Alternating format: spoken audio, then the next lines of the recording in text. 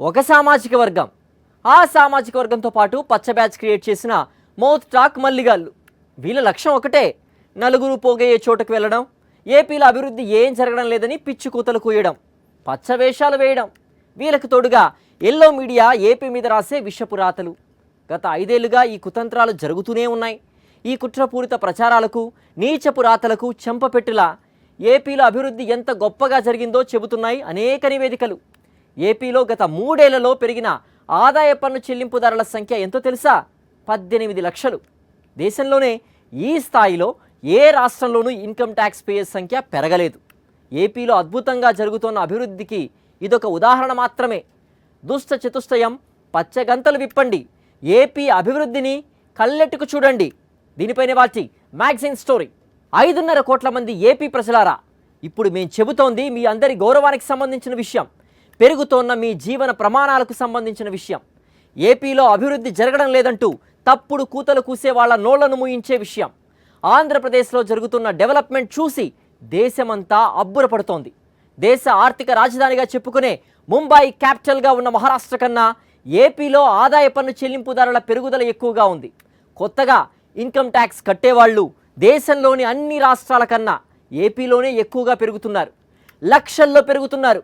ఇక నుంచి ఎవరైనా ఏపీ అభివృద్ధిపై రోత రాతలు రాస్తే, నీచపు కూతలు కూస్తే వాళ్ళకి నివేదికతో బుద్ధి చెప్పండి. వైఎస్ జగన్మోహన్ రెడ్డి జనరంజక పాలనలో ఏపీ అన్ని రంగాల్లో దూసుకుపోతోంది. సంక్షేమం నుంచి అభివృద్ధి దాకా ఏపీ పురోగమిస్తున్న తీరు దేశంలోని అన్ని రాష్ట్రాలను అబ్బురపరుస్తోంది. దీన్ని జీర్ణించుకోలేక పచ్చ బ్యాచ్ ఎల్లో మీడియా విషం కక్కుతున్నాయి. చంద్రబాబుని దత్తపుత్రుని ప్రజలు చీత్కరించుకుంటున్నారు. ఎల్లో మీడియా రాస్తున్న నీచపు రాతలను ఏవగించుకుంటున్నారు.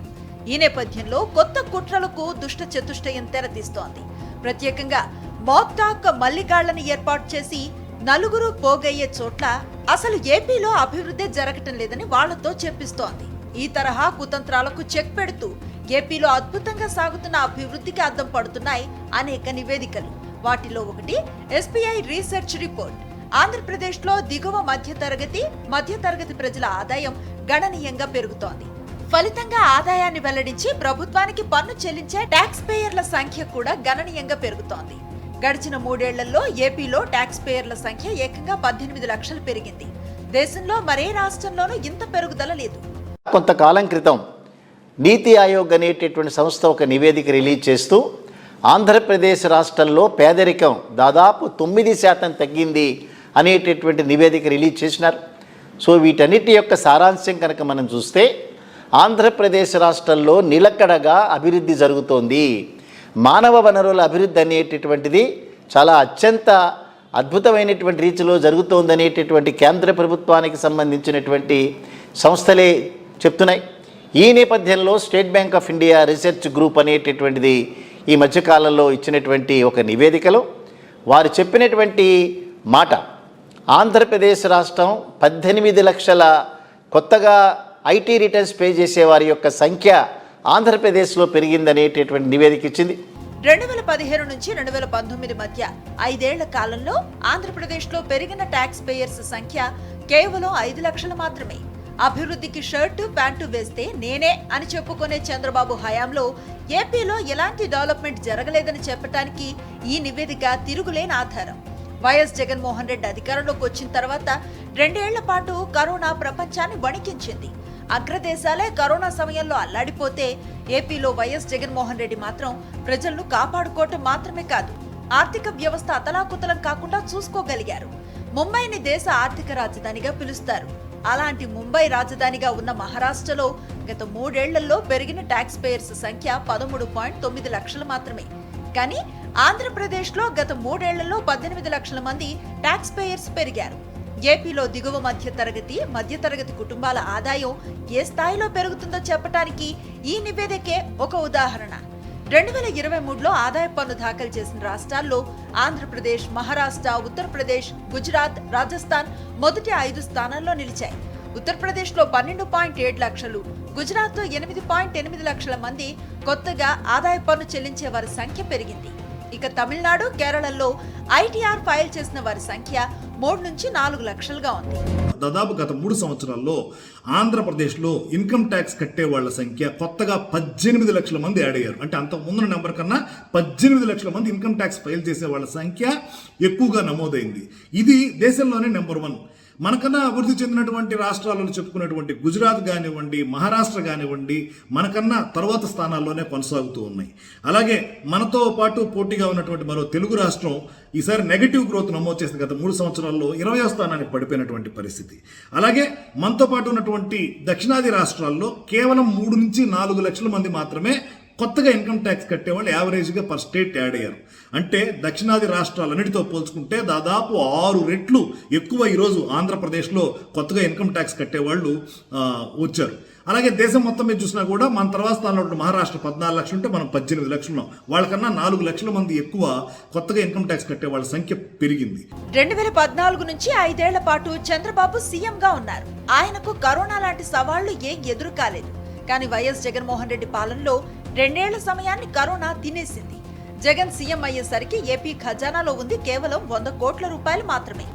విజనరీ ముసుగులో తిరిగే అవినీతి అనకుండా చంద్రబాబు ఆ స్థాయిలో ఏపీని అన్ని విధాలుగా పాతాళానికి తొక్కేశారు.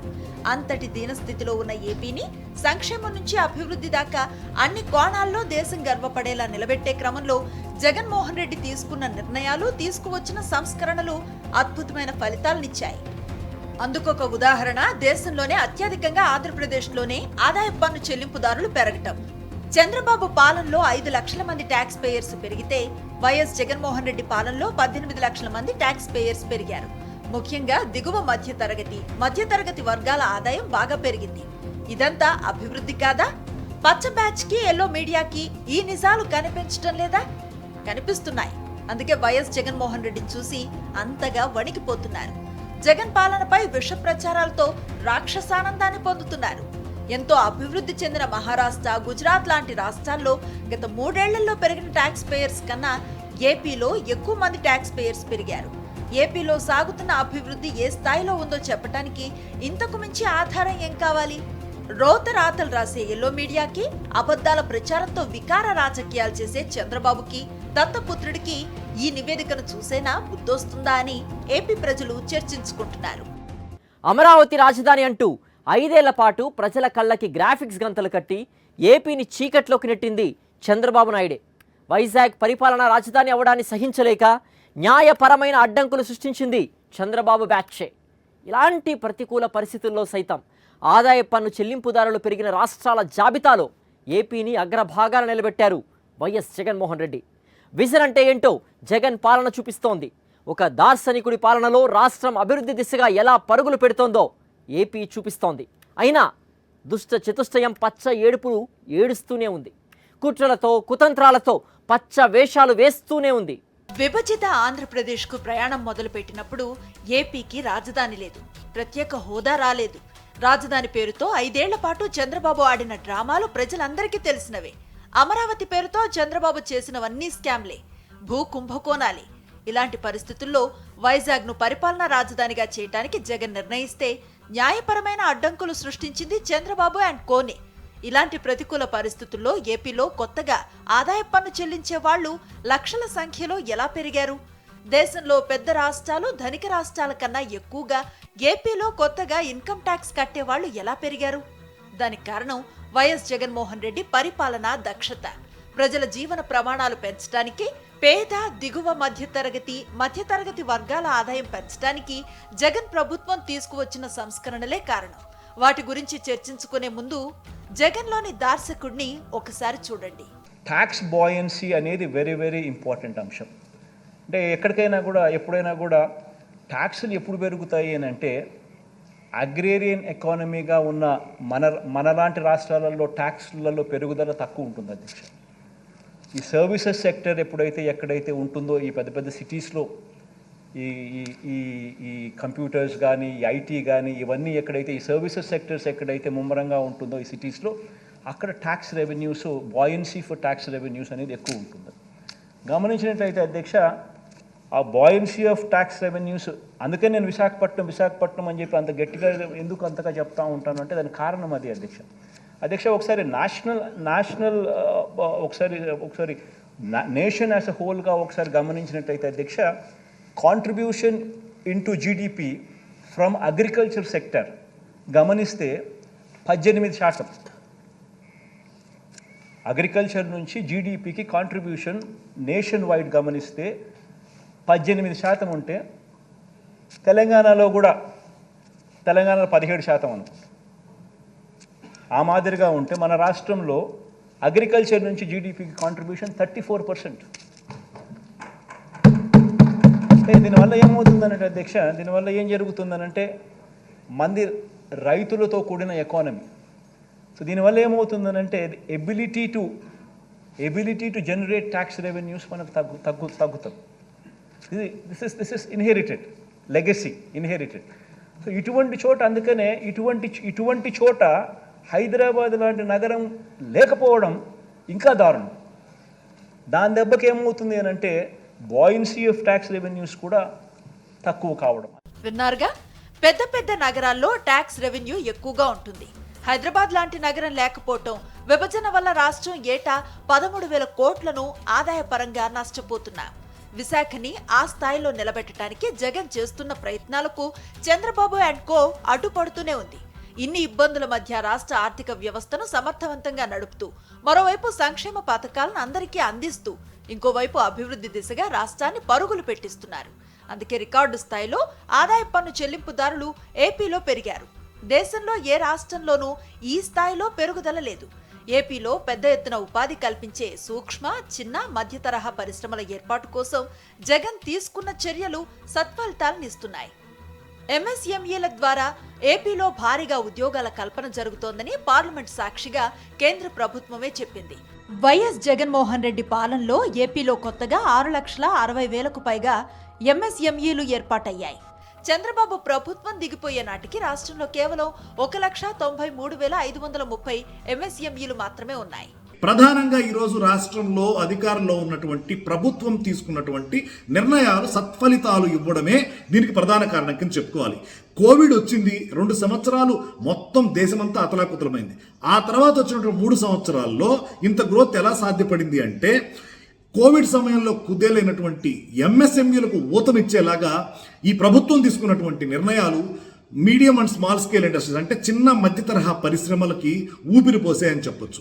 ఇదే మనకు చూస్తే ఉద్యమ్ వెబ్సైట్లో, అంటే మనకి అఫీషియల్గా ఈ small and medium scale industries register నమోదు చేసుకున్నటువంటి వెబ్సైట్లో చూస్తే ఆంధ్రప్రదేశ్ రాష్ట్రం నుంచి కొత్తగా 6,60,000 పరిశ్రమలు ఉద్యమంలో నమోదు చేసుకున్నటువంటి పరిస్థితి. అందులో 4,10,000 మంది జిఎస్టీకి అప్లై చేసినటువంటి పరిస్థితి.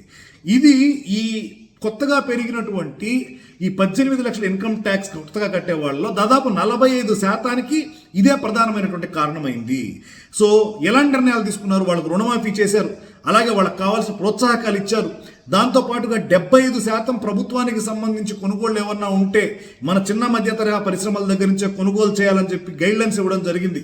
కోవిడ్ కష్ట సమయంలో సైతం ఎంఎస్ఎంఈల కార్యకలాపాలు నిలిచిపోకుండా CM Jagan restart package, YSR Navodayam తదితర పథకాలతో చేదోడు వాదోడుగా నిలిచారు. అలాగే చంద్రబాబు హయాంలో ఎంఎస్ఎంఈలు స్పిన్నింగ్ మిల్లులకు ప్రోత్సాహకాలు విడుదల చేయకుండా బకాయి పెట్టిన 1,588 కోట్లను కూడా సీఎం జగన్ చెల్లించారు. మరో 2,087 కోట్ల ప్రోత్సాహకాలను విడుదల చేశారు. వైఎస్ జగన్మోహన్ రెడ్డి అందిస్తున్న ప్రోత్సాహంతోనే ఎంఎస్ఎంఈల సంఖ్య లక్షల్లో పెరుగుతోంది. ఈ తరహా చర్యల వల్లే ఆదాయ పన్ను చెల్లింపుదారుల పెరుగుదలలో దేశంలోనే ఏపీ మొదటి స్థానంలో నిలిచింది. బాబొస్తే జాబ్ వస్తుందని నమ్మించి 5 ఏళ్ల పాటు 5.5 కోట్ల మందిని అవహేళన చేశారు చంద్రబాబు. 2 ఏళ్ల కాలాన్ని కరోనా మింగేసిన అద్భుతమైన పరిపాలనా దక్షతతో ఏపీలో సంక్షేమ, అభివృద్ధి వెలుగులు నింపుతున్నారు వైఎస్ జగన్మోహన్ రెడ్డి. ఉద్యోగాల కల్పనలో సరికొత్త సంచలనాలు సృష్టిస్తున్నారు. చంద్రబాబు గారు ఏపీలో ఉద్యోగాలు లేవు అంటూ మీరు ఎల్లో మీడియా దొంగ ఏడుపులు ఏడుస్తున్నారు కదా. రాబోయే ఎన్నికల్లో పొత్తు కోసం ఢిల్లీలో మీరు పాహిమామంటూ కాళ్ళ బేరానికి వెళ్ళారు కదా. ఆ బీజేపీ నాయకత్వంలో నడుస్తున్న కేంద్ర ప్రభుత్వమే ఏపీలో ఉద్యోగాల కల్పన బ్రహ్మాండంగా జరుగుతోందని పార్లమెంటు సాక్షిగా తేల్చి చెప్పింది. దీన్ని తెలుగులో అయితే అభివృద్ధి అని, ఇంగ్లీష్లో అయితే డెవలప్మెంట్ అని అంటారు. మరి మీ పచ్చ భాషలో ఏమంటారు? ఆంధ్రప్రదేశ్లో అభివృద్ధి లేదు, ఉద్యోగాలు లేవు అంటూ విషం కక్కుతున్న పచ్చ బ్యాచ్ ఎల్లో మీడియాకు చెంపపెట్టు లాంటి నిజాలను స్వయంగా కేంద్ర ప్రభుత్వమే చెబుతోంది. వైఎస్ జగన్మోహన్ రెడ్డి సీఎంగా బాధ్యతలు తీసుకున్న నాటి నుంచి తీసుకున్న చర్యలతో ఏపీలో భారీగా ఉద్యోగాల కల్పన జరుగుతోంది. ప్రతి ఏటా పెరుగుతున్న కొత్త ఎంప్లాయీస్ ప్రావిడెంట్ ఫండ్ ఈపీఎఫ్ ఖాతాలే ఇందుకు నిదర్శనం. 2018-19తో పోలిస్తే, అంటే చంద్రబాబు సీఎంగా ఉన్నప్పటి సమయంతో పోలిస్తే 2022-23 నాటికి ఏపీలో ఈపీఎఫ్ ఖాతాలు 35% పెరిగాయి. ఈ విషయాన్ని స్వయంగా రాజ్యసభలో కేంద్ర కార్మిక ఉపాధి కల్పన శాఖ వెల్లడించింది. చంద్రబాబు సీఎంగా ఉన్నప్పుడు 2018-2019 ఆర్థిక సంవత్సరంలో ఏపీలో 45 లక్షల పీఎఫ్ ఖాతాలుండేవి. జగన్ సీఎం అయిన తర్వాత ఓవైపు ప్రభుత్వ ఉద్యోగాలు, మరోపక్క ప్రైవేటు రంగంలోనూ ఉపాధి పెరిగేలా చర్యలు చేపట్టారు. దీంతో 2022-23 నాటికి ఈపీఎఫ్ ఖాతాలు 61 లక్షలకు పెరిగాయి. అంటే ఇన్ని లక్షల ఉద్యోగాల కల్పన జగన్మోహన్ రెడ్డి ముఖ్యమంత్రి అయిన తర్వాతే జరిగింది. జాతీయ స్థాయిలో 5 ఏళ్లలో ఈపీఎఫ్ ఖాతాలు పెరుగుదల 30.38% మాత్రమే. కానీ ఏపీలో ఈపీఎఫ్ ఖాతాల పెరుగుదల 35%. జాతీయ స్థాయిలో కన్నా ఏపీలోనే ఉద్యోగాల కల్పన భారీగా జరుగుతుందనటానికి ఇది తిరుగులేని సాక్ష్యం. దేశమంతా అబ్బురపడే రీతిలో ఏపీలో జరుగుతున్న అభివృద్ధికి భారీగా పెరిగిన ఆదాయపు పన్ను చెల్లింపుదారులే సాక్షి. భారీగా పెరిగిన ఈపీఎఫ్ ఖాతాలే సాక్షి. జాతీయ స్థాయిలో విశ్వసనీయత ఉన్న అనేక సంస్థల నివేదికలతో పాటు స్వయంగా కేంద్ర ప్రభుత్వమే ఈ నిజాలను చెబుతున్న వేళ ఎక్కడో హైదరాబాద్లో ఉంటూ ఏపీ మీద, ఏపీ ప్రజల మీద, జగన్ పాలన మీద కుట్రపూరిత ప్రచారాలు చేస్తున్నారు చంద్రబాబు, ఆయన దత్తపుత్రుడు. చంద్రబాబు నాయుడు గారు ఎక్కడున్నారు? ఆయన మీరు చెప్పండి రా, మీరు చెప్పండి అమ్మా, ఎక్కడున్నాడు? ఎక్కడున్నాడు రా? ఏం పని రాష్ట్రంతో ఆయనకి?